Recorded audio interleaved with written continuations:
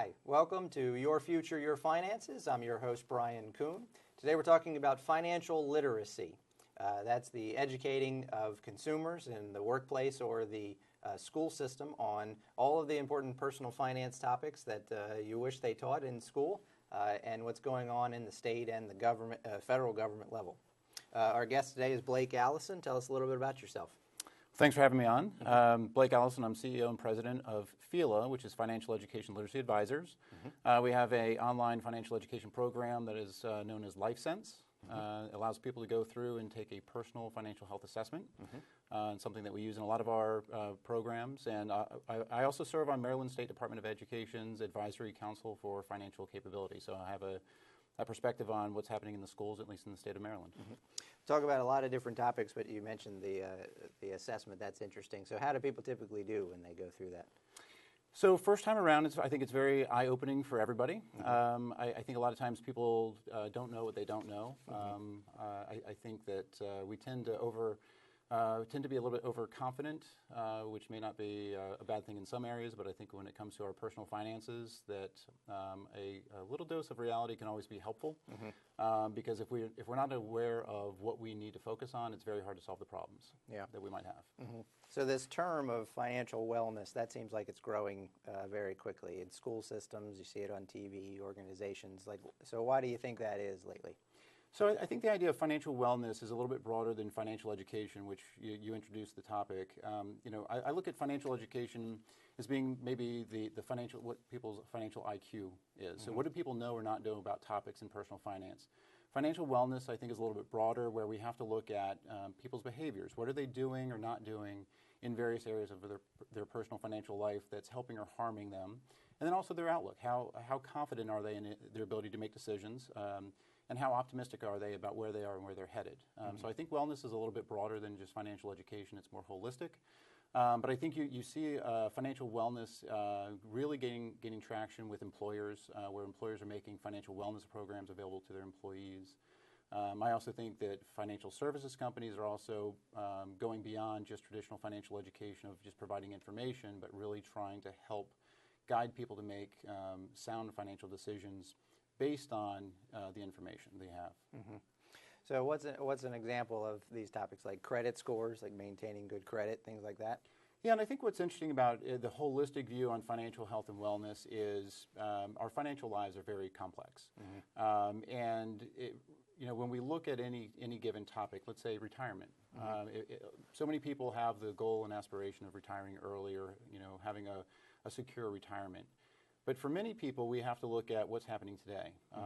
How do we get there? What's the first step we need to take? So to your point, I think financial wellness, in addition to the holistic view on the individual, it's also a holistic view on the topics. So credit scores, credit reports, budgeting, borrowing, saving, financial emergency readiness, retirement readiness, all these topics, I think, create our personal financial profile.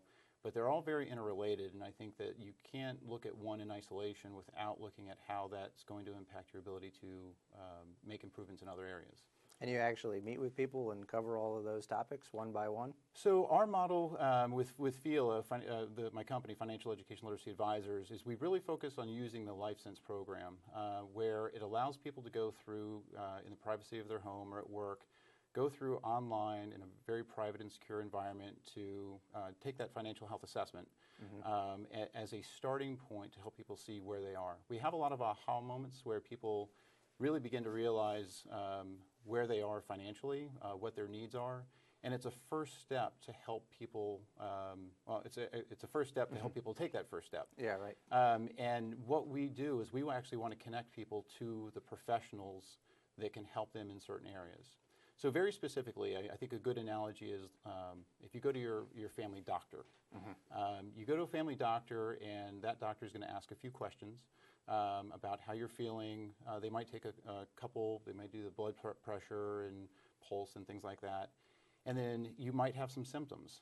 Maybe you have chest pains. But they have to ask enough questions to find out, is that a heart attack or is that heartburn?